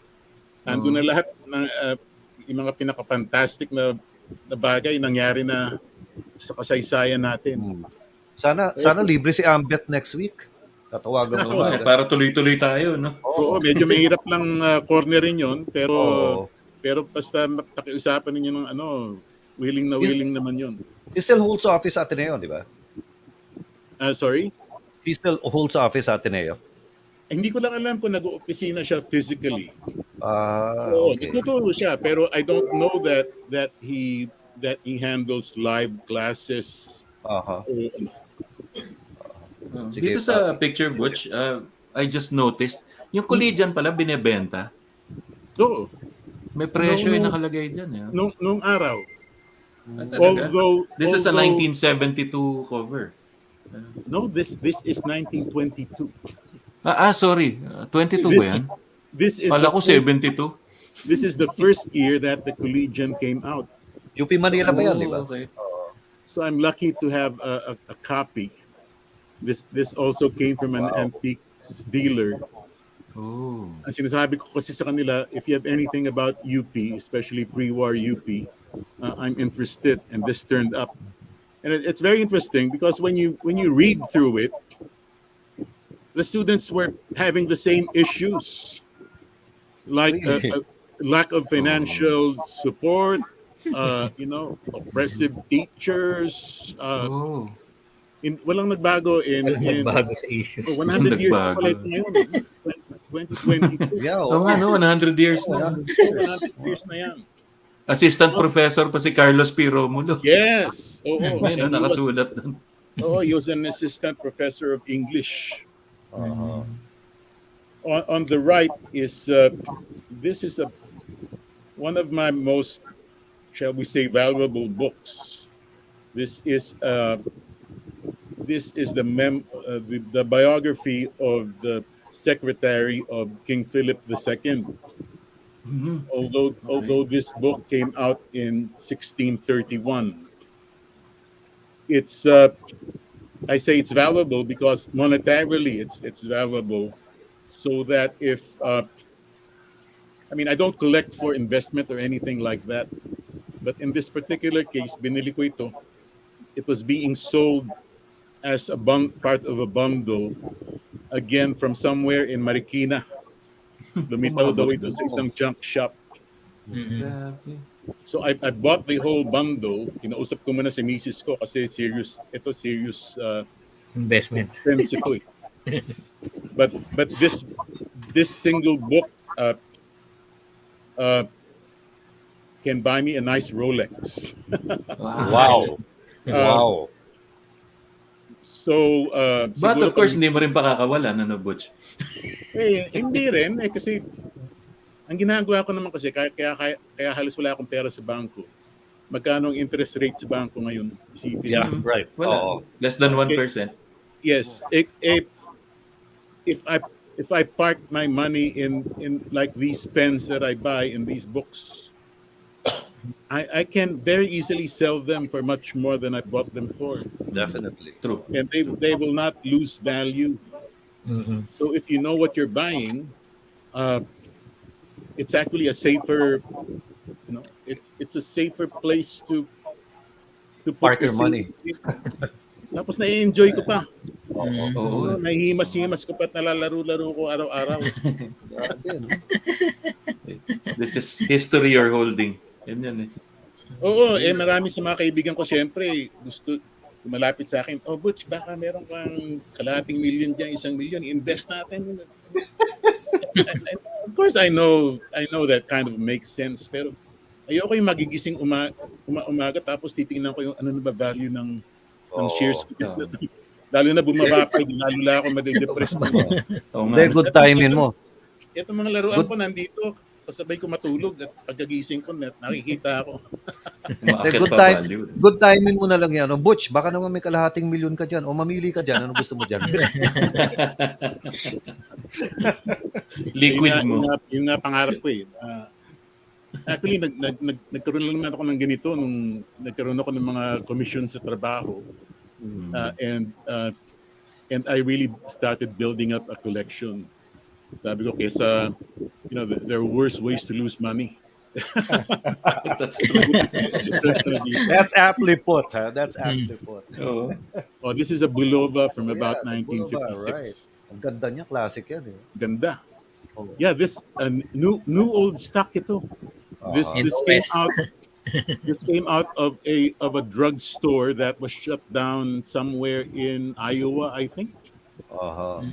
Yan ang mga pinapangarap mo yung makahanap ka ng iba ng mga lugar na ganyan na 50 taon nang di nabubuksan. Ang naalala ko dyan sa Boulevard, they were the ones who yung kumbaga who first used Inca Black para mas Inca. eksakto yan, no? Di ba? Para eksakto yung yung rotation ng Pag nilalagay yung like 23 jewels, ano ibig sabihin nun? Hindi ako familiar masyado. Naabutan ko yan pero hindi ko maalala.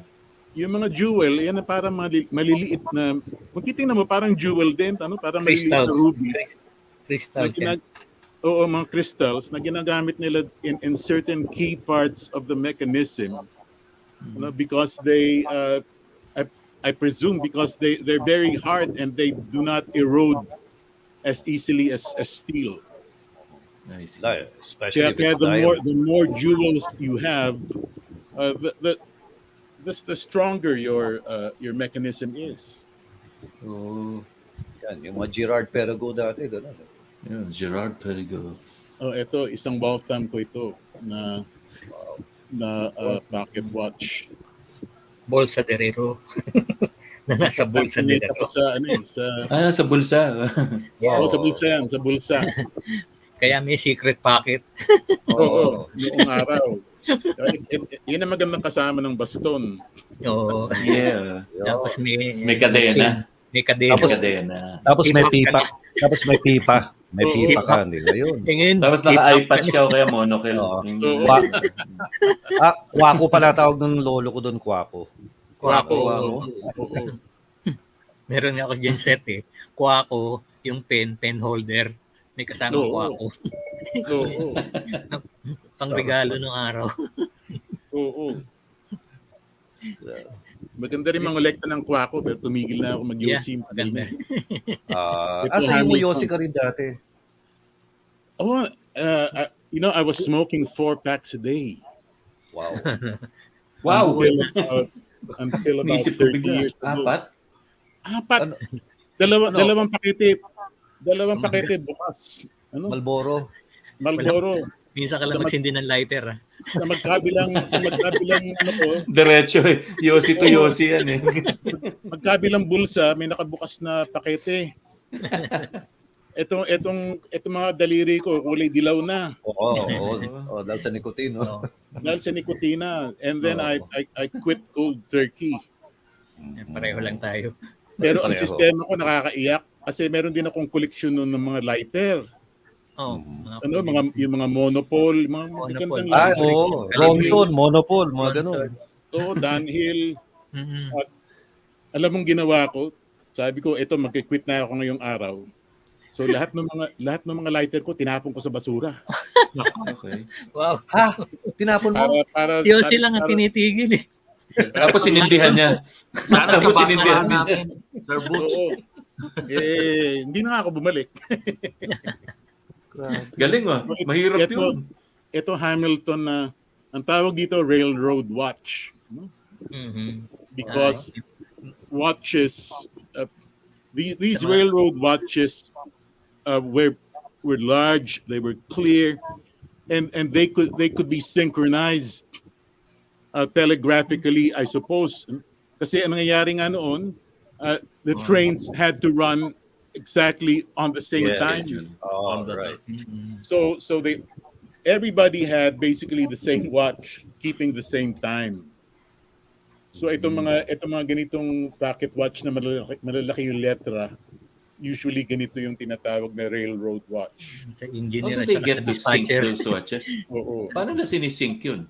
Like, Siguro telegraphically. Telegraph. So they will announce siguro I from suppose. every hour, nag-a-announce sila by telegraph. Western Synchronize Union. na. ang oras sa hudyat? Ganito? Oo. Parang yun. Ayan na si Paul Revere. Oh, yeah. Oo. 4 bells and all's well. Oo. So, yung pinag-aaralan ko lahat ito kasi may nobela akong sinusulat ngayon. Ang setting ay sa Manila in 1936. At hanggang matatapos yun bago bumagsak yung mga unang bomba sa December 8, 1941. So, Peace time. Oo, peace time. So, for a very long Commonwealth. time, ay obsessed ako sa pre-war Manila. Kaya dami ko rin mga magazine tungkol sa kaya dyan lumilitaw yung mga tansan at kung ano-ano. Sa commercial, nasa advertisements niya. Nasa ads. Oo, dyan ako libang na libang sa mga advertisement actually kesa dun sa mga artikulo. Hindi Kasi totoo. makikita mo talagang lifestyle ng mga tao noon Kung ano yung pinapangarap nila, saan nila gustong tumira. And that's fascinating for me. And I'm sure alam niyo na marami ring video sa YouTube ng Maynila nung pre-war. Right. Pearl of the Orient. Yung Pearl of the Orient na mga Butch, how did you get started with your writing novels, yung mga books? Tsaka mga piyesa na yan? Kasi nga writer ako, so natural na napunta ako doon. Yung unang nobela ko ay tungkol dun sa panahon ng batas militar nung ako'y nakulong. Yung pangalawang nobela ko tungkol sa mga OFW naman. At itong tinatrabaho kong nobela ngayon ay peacetime, isang panahon bago nagkagulo na lahat. Although peacetime was also not that peaceful. Kasi dami rin. May mga resistance sa Amerika. Konti lang ang lumalabas na kwento tungkol doon yung mga period na yun. So that should be that should be an interesting read. No? So kasama doon yung Tidings McDuffie Law. Yung nasa background niyan. Laurel Langley Agreement. Ang gusto kong gamitin parang centerpiece nung sinusulat ko yung Manila Carnival. Right. Carnival Queens. Fascinating period. Mga beauty queen. Yeah. I think para sa atin, tayo mga pinanganak ng mga 1950s. I don't know if it's true of every generation, pero we're kind of more interested in what came before us. Indeed. Hindi na natin inabutan. Indeed. Aside from our own time. I suppose at some point gagawa din ako ng nobela 1950s, yung talagang dinat na natin na mundo. Which was also minsan nga nanonood ako sa Vimeo nung mga lumang pelikula na pinapalabas ng Casa Grande, hindi ba? Yes, ako rin. Nakikita mo sina Nestor de Villa at sina Nita Blanca na nagsasayawan. Ayan na si Teddy Pereña. Pag sinabi mo Nita Nestor, ayan na yan. Oo. Ayan, kasi nag-upload yata nun mismo si Direk. Si Hines. Hindi si Paul mismo. Baka si Jeric. Si Jeric. Si Paul? Hindi si Jeric. Yung sayo ng LBN, si Mike De Leon. Mike De Leon. Mike De Leon. Alam ko. Sa bagay, siya may mga pili. Doon ko natutunan yung hot water na yung pagkatapos kakain sa Max, di ba, may hot water. At saka Yung sausawan. Sausawan. Ginawa ni Nida Blanca, piniga yung kalamansi, humingi na asukal, ininom. Humingi na asukal. Kalamansi juice. Ano pa yun alfresco dining, di ba? Sa labas may puno-puno. Sa Scout Wason. Oo, maganda ring alalahanin yung mga yan mga nilakaya natin. Kasi kami, ang dami naming dilipatan sa Maynila noon. Pero ang pinaka-earliest na doon kami nakatira malapit sa Dewey Boulevard. Sa Harrison. Kaya kaming kwento doon. Oo, kaya yung motor ko, yung Brown Derby, yung mga restaurant na sikat unang A&W. Niligo pa kami diyan sa Manila Bay. Malinis pa noon. Nahulog na ako doon Nahulog ako ron. Gano'n. Sugat ako. Meron pa nung may Holly Beach pa noon. Tsaka Holly Beach. aroma. El Paro. Hindi, kaya lang, hindi naman pinupuntahan nyo para sa swimming. Wala kang Dolomite. Walang Dolomite. May excursion doon. Nag-excursion din kami. Excursion, oo. George, pag walang budget, sa bangka na lang. Yun, okay na yun. Talo-talo na yun. Kita mo, yumayanig yung bangka. Teka, Butch, Oh, aside from you're a writer, ganyan, oh. you also are a speech writer, di ba? Oh, at one time, naging Presidential speechwriter. speeches, di ba? Oo, ang pinakamarami kay FBR. Aha. In fact, nung namatay nga si FBR, I made a post about our unusual relationship kasi Yeah. I wrote about 600 speeches for him, Wow.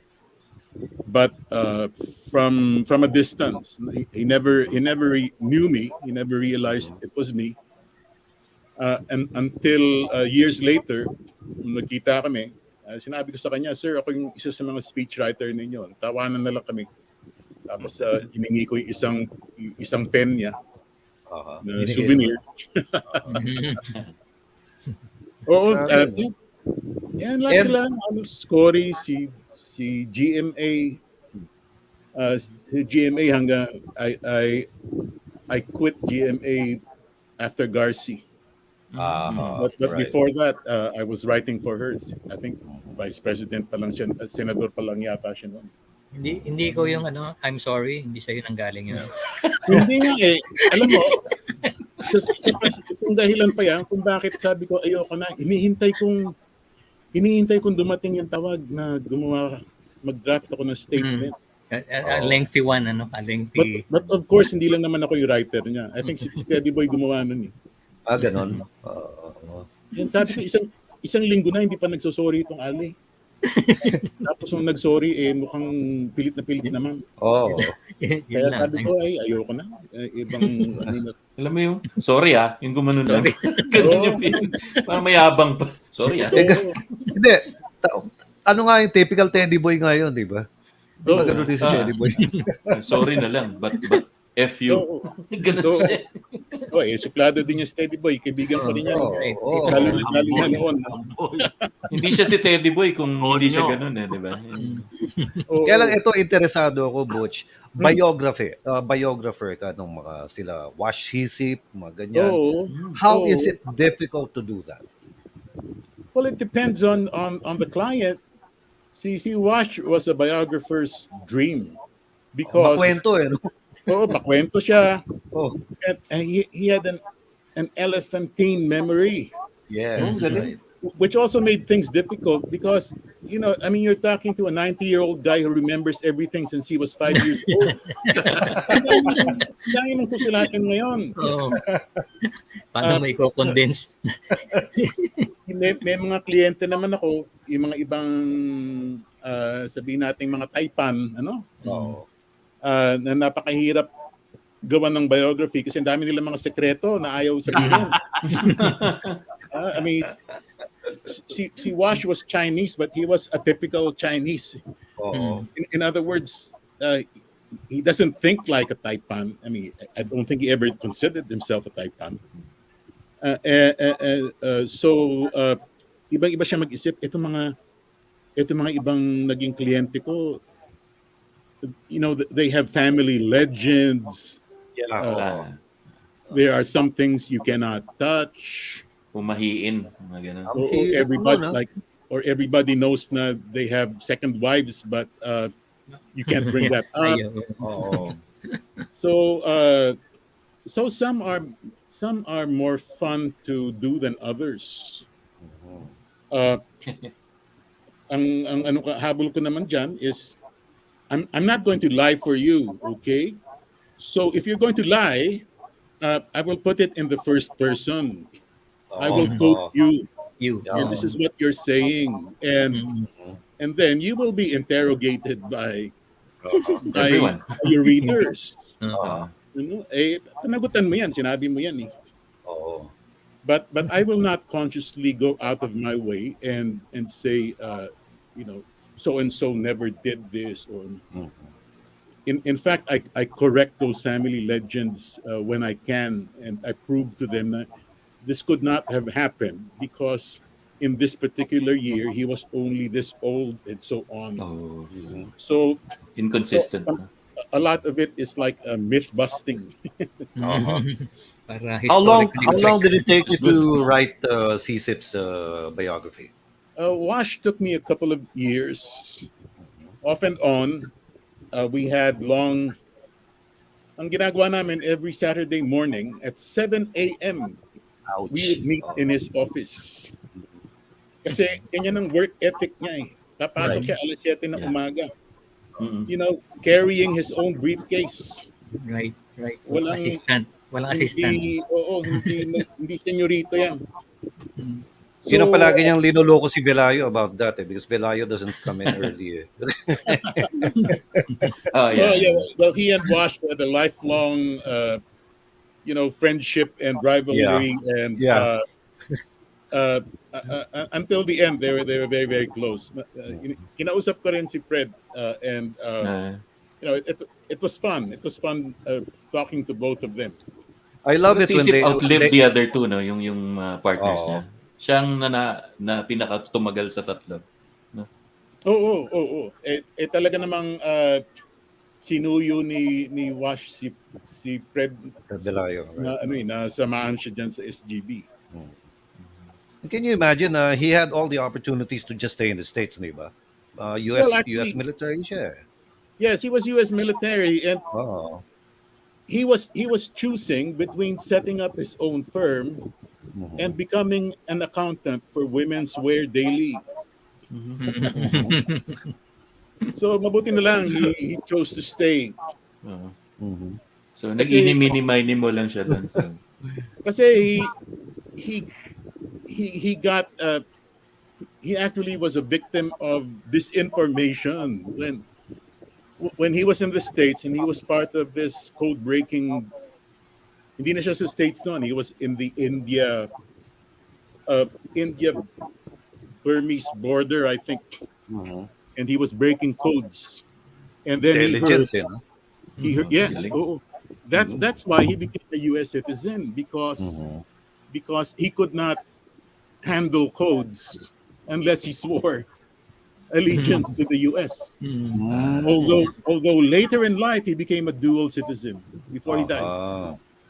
So he heard that his father Albino, one of the founders Right. of China Bank, had been executed by the Japanese.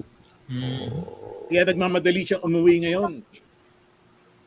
And it was only when he returned home that he found out that his father was alive. Oh, Ah. na disinformation nga. Patay na lang. Natural din siya. Na-troll din siya. Marites, Oo, na marites. Yeah, so for me, it's been a privilege to, chat with these people and explore their lives with them and to gain their confidence. And their sense of humor is amazing. Yes. Especially The best ones of them, just can really laugh about things. Yung mga masyadong secretive at seryoso, they die. I think they die miserable. And younger. True. Oo. Si Wash, narinig ko pa mag-speech yan. Ang daming singit na patawa eh. Pasok ng pasok. Oo. Galing. He's a really nice guy. Very nice guy. Nung there were several years I was emceeing the SGV Awards.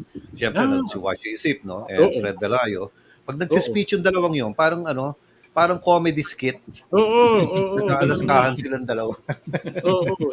Sanay na yung dalawang yan sa ganyan. Imagine, mula grade 1 classmate mo. Yeah. Yes. Tapos hanggang 90 years old na kayo, magkaibigan pa rin kayo. Ubusan kayo ng kalokohan yan. Oo. Tapos, Oo. They were both brilliant. Yeah. And Sabi that's nung why galing ko SGV eh. is what SGV is now. Di ba? Yes. Oh. Valedictorian daw nila underpaid, sa mga overworked employees.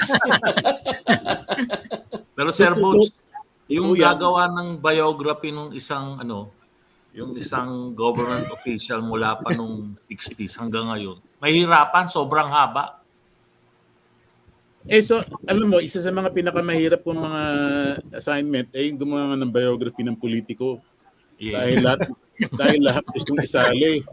Sa 10 sinabi, 12 mali, ano? Ganon tipo. Paano mo ikikwento nga naman? Siyempre, ayaw umamin niya ng kahit na anong pagkakamali. Oo. I mean, I have done biographies of politicians. I have also said no to biographies of politicians. Mhm. At least 2 na milyonaryo na sana ako, isang ganun lang. Isang Pero nga naman, inayawan ko Butch? kasi if the intention there is to commission you to tell them that they are great, hindi mo siguro gagawin talaga yun.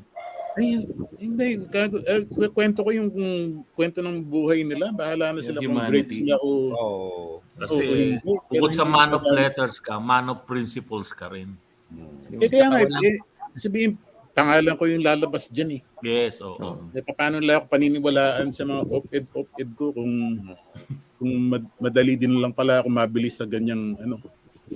Uy, naku, daming ganun. Maraming ganun nga. Okay na, sila na lang gumawa nun. Marami pa tayong ibang pwedeng pagkaabalahan. Ito, tatanungin ko, Butch, of course you have collections of so many things. Iba yung what's your most valuable at saka what's your most valued. What is your most valued in your collection? Well, mahirap mag-isip. sentimentally, it's my father's pen. Okay. Which he was using literally to his last day. Mhm. So tinatago ko talaga yon. But What kind of pen is that? big ball pen. Ay, big ball pen. Yung pa ganun pa yung cover. Ano Oo, yan? Crystal oo. o orange yung ano? Crystal. Big. Orange big. Crystal big. Oo. Big. Oo, hindi ba? Oo. Uy, kilalang pangalan yan sa France yung big. Si ano yan? Ang dealer niyan dito, Oceanic Marcel Commercial. Oo. Oceanic Dish. Commercial dati, ang nagdadala ng big. Kaya ako naging DJ sa radyo dahil dyan sa big ball pen na yan eh. Ganyan. Hindi paano dun sa audition. Oh. Here's a big ball here's a ball pen. Describe it in 30 minutes. Di ba? Ano, crystal o orange? Ayun. Crystal pa no. Crystal. Di, Yung orange naman, my first introduction to French. Kasi nakalagay, Ayun. orange, fine bead cabule. Nakasulat dun sa gilid. made in France. Orange fin bead cabule. Made in Oh, France. French. Pero later na yung orange, towards the 70s na yan eh. Yung una Ano yung talaga, kumalampag? crystal lang. Sa 60s yun. 60s, Yeah. 60s. although the ballpoint was actually invented in the early 1940s I think in Argentina. Sino sa inyo yung nag-school uniform dito na nagkaroon ng tae ng ballpen dun sa bulsa dito? Marami. Oo, ganun. Yung tatay ko parati kasi fountain pen eh. Pag Oh, nilagay yung dito sa fountain pen eh. may blat dito sa ilalim ng bulsa. May black. Oh. So, yung ballpen, Suot mo pa noon, Trubinize na puti. Pero Patay binay ka na. Oh, yung ballpen, pang-kodigo yan. Yan, oh. Lalagyan mo sa gilid. Minsan nakapasok sa loob kasama nung ano. Oo. Yung bala. Oo. May formula. Oo. Formula lang naman ng geometry yan eh. Tsaka di ba? pang mga 3 coins in the fountain. Which one is the fountain pen? Si Joey Delin. Schaefer Parker Big Ball Pen. Yun yung kanta niya.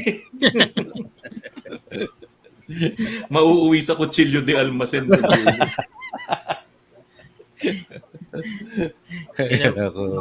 Butch, no? Minsan ay nagbabarkada ako yung mga matatanda sa akin. Oo. Kaya it's nice to Yung mga 90 years old na yun, yung mga barkada mo. Yeah. Like dati sila Eddie Larde, si Ma'am. Konti lang naman yung tanda. Si Enrile, hindi mo nabarkada. Hindi pa. Hindi pa. Biro mo, pagkatapos, May plano biro, pa. Yan, biro mo, pinapanood Hindi, natin yan. like si Mang Levi Silerio, no? Pagka Ay, nag-login pa kami, oo, si ang Levi. dami niyang ano. So, ang gagawin naman isang kabarkada ko, Mang Levi, ano ba, alam mo ba yung angkipit? Oo, ako gumawa nun eh. Sulat mo nga. So, sulat niya. Oh, ito pala yun. Okay. Pirmahan Uy. mo nga. Oh, di Kompleto. Levi Celerio. Pwede nang i-eBay yan. So, ang dami nun, dadating. Basta alam mo yung composition niya, pasulat mo. di ba yung Pasko ay sumapit nga? Oo. Sa palaran ng sigarilyo niya sinulat, sa jeep. Yung kayang ano, kasi siya rin nung gumawa nung ano yung kinakantang bagong pagsilang, yung sa bagong lipunan. Siya rin ang sumulat ng Bagong lyrics. lipunan. Paano kaya yun? Kinumission siya ng ano. Ay, di ba? Probably, pero well, towards his last days naman na ano eh. Parang sinusundo ko siya doon sa ano, sa SM. Nag-uupa lang siya ng maliit na kwarto. Doon sa Bliss. Sa Bliss, sa likod. So, sama ni Al Mendoza. Si Al Mendoza ano, rin dati. ano yung barkada doon sa Kamuning, yung mga music lovers doon. Yung isang lawyer malapit kay Ramos, President Ramos, in-apply niya for national artist. Kaya lang hindi na niya inabutan yung sayang. award. Sayang. Last time I saw him sa nabigyan Marios naman. Sa Marios siya tumutugtog nung mga last days. Sa Camelot, because he got sick. So binigyan siya ng room doon. So he's playing for free and free board and lodging lang siya. Pero kinailangan na magamit na yung room. So he was asked to Evicted? leave. Talaga. Hindi na evicted pero asked to leave. Speaking of nabanggit yung national artist, Butch, you've been nominated as national artist, no? And are you looking forward to that? Because I doubt if they'll turn it down, di ba? Well, darating yung kung darating. It's one of those things na you can't really plan for, or and it's subject to so many things, including politics. Yeah, no. So, I will want it. Sana habang buhay pa yung mother ko eh. It'll make her a whole lot happier than me myself. But it will come if it will come. Importante naman mag-produce ng work which is worthy of a national artist. So you will not be found wanting when the time comes. Whether it happens if I'm alive or after na, that's up to higher powers. But there's still hope, Butch. Can you imagine? Enrile is what? When Bong Bong steps down, Enrile is going to be 104 years old already. And unfortunately, none of us have his genes or his stem cells. Well, sabi nga, ma-outlive niya yung earn niya eh. Di ba? So, it's possible, yeah. And Enrile is one of these fascinating figures na he's an enigma. He is. At one point, there was a point in his career when he would have possibly become a good president, but again, he squandered that. I think he's put his credibility on the line once too often. Right. Yeah. And that's a nice way of putting it, yes. Yeah. And while we Pinoys are eternally forgiving, there has to be a limit to our credulity. So he'll be there. He'll be part of the Philippine political landscape. I don't know how much power he really still exerts. As chief legal counsel, no? Chief legal counsel. Speaking of which, Estelito Mendoza is still around. Yeah. Right. So pa yun. And all of my lawyer friends from whichever side, seem to look up to Mendoza as one of the most brilliant lawyers ever. To the younger set, Estelito was Solgen nung panahon ni Oo. Marcos. Yeah. Nung Oo. matandang Marcos. Who, by the way, should not be known as FEM. FM lang siya eh. FM Diba? lang yun. Oo. FM. Huwag nyo sabihin FEM. Ferdinand E. Marcos siguro. Just for FM lang. context. Oo. Oo, naman kasi dalawa lang eh. FM lang. FM, bago siya DM. Si DM. Oh, si Oo, Si DM. Dado Yeah. makapasal. Just Dado. Si Kong Dadong. Si RM, Ramon Magsaysay. Philippines nga nun, RP lang eh. Hindi naman Oo. full. Hindi, PI. PI bago, PI. bago pa. Ang dami ng tapos mga RP. yung mga old-timers nga sa States, di ba Philippine yung Island tawag? PI. Sa PI. Ngayon, pag nag-PI ka, parang nagmura ka, di ba? Oo. Iba ng context. There was a time in 1966 nung graduate ako sa elementary sa Lasal. At that year, Taft pa yun, Taft? Taft ka pa. Green Hills. Green Hills na. Oh, the year before that, pala 65, yung election, all the sons of the three candidates, Tigalasan. si Marcos, Macapagal, and Manglapus, kasama ko sa Lasal yan. And Bongbong, of course, was the youngest of them. Si Francis nandun na yun, di ba? Manglapus. Hindi, si ano pangalan? Ang Manglapus na classmate ko, si Bobby, si Roberto. Okay. So, puro sila M na presidential candidates ng 65. Yeah. Oo, silang tatlo. Si Manglapus ang PPP eh. PPP. Progressive Party of the Philippines. Oo. At tandem niya si Manuel Manahan. Manahan. Right. That's right. That's right. Senator yun. Senator. Ayun. Oo, ngayon nanonotice ko sa aking mga, actually for the past 2 years na, sa aking mga FB groups na yung mga pinagkukunan ko ba ng mga lumang libro at talagang may resurgence ng Marcosiana, Yeah. Marcosiana. Oo. mga books, coins, medals. So it's probably a sign of where people's interests are going. Ang ano ko lang naman doon, ang pangarap lang naman doon sana yung totoo lang ang mga kwento. Hirap kasi Sana. pag nare-revise eh. Sana. Kaya nga we need more Butch Dalisay and Ambito Campos eh. Well, it's up to us to... Kasi Xiao Chua, mga ganyan, di ba? Kailangan natin eh. May references, meron silang pinanggagalingan, may pinanghahawakan. Oo, Yes, kailangan job na uso ngayon. we have to find new stories for young people din. Because ang sense ko is that telling the truth about what happened isn't enough. Yep. Because some people are just unwilling to listen to you or to believe what you say. They want stories that they can relate to on their own terms. Yeah. Kaya nga sabi ko, for me, again, to keep my sanity for the next 6 years, a part of me will I'm going to do that, but as far as this regime goes, bahala na sila sa buhay nila.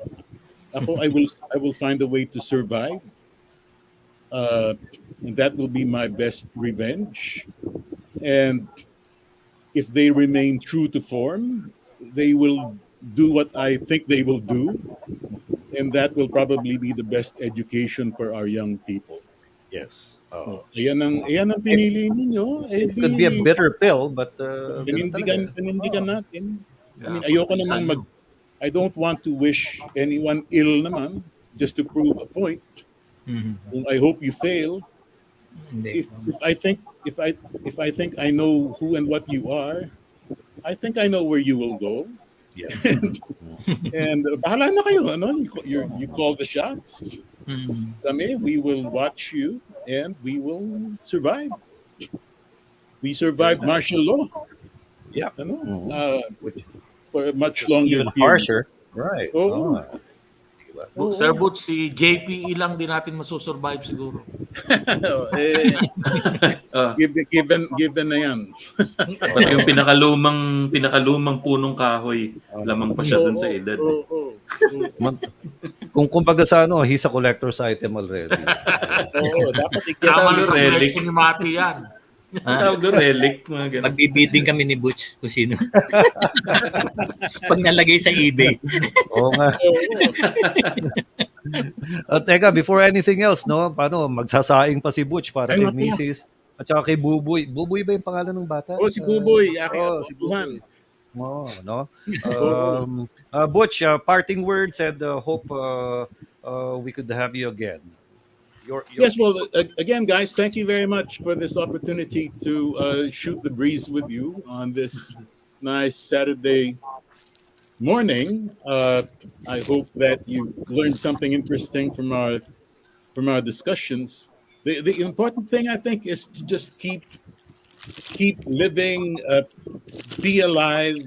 The hope is within us, and we collect these things because we want to find beauty and order in a world that's sometimes ugly. Kaya let us keep ourselves alive and well and happy, and good things will continue to happen. Thank you very much. Well said. And of course, ladies and gentlemen, Monday, Philippine Star on the op-ed page. Let's look forward to 4 nuns of the apocalypse.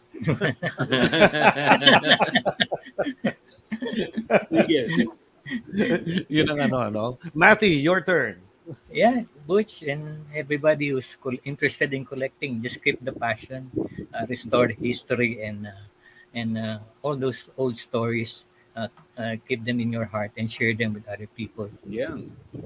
Very nice, no? Okay. And we go to Teddy Espereña and his underwear and other Pinlag na ni Bob eh. Overexposure na. Papasalamat Baka mamintis mo kasi kaya nilagyan ko na lang ng graphics. Sir Butch, hopefully we can also have you one time dun sa Monday afternoon program ko. 4 to 5. Sige. Yeah. On Monday, this coming Monday, August 22, si Commissioner Rowena Guanzon. Ayun, bisita niya kagabi. Bisita ko hapon. Kabardagulan natin yun. Bardagulan. Sige. Just let me know time. Bob? And of course, thank you, Sir Butch, and congratulations, George and Teddy. Yung internet nyo tumagal hanggang matapos tayo ngayon. Kasi we were kind of walking on thin ice kanina, baka mawala eh. Pero yun, it was such a different discussion we had today from the usual na walang katuturan. Mga kwentong walang kwento. Baliktad, mga kwentong walang kwenta namin nila Mati, ni George, tsaka ni Teddy. And we're so honored, Sir Butch, and we too hope to see you again, bump into you, not just online, magkita naman tayo personally. And more power to you, sir. Ingat lahat. Bye-bye. And to all of you, thank you so much for joining us. And we are going to try our best to invite the historian Ambet Ocampo, and hope Butch can also join us during that episode. So to all of you, just have a great day, a great weekend. Just like Butch said, stay alive, stay happy, and stay truthful to everyone. Ad Maiorem Dei Gloriam. Good night. God bless.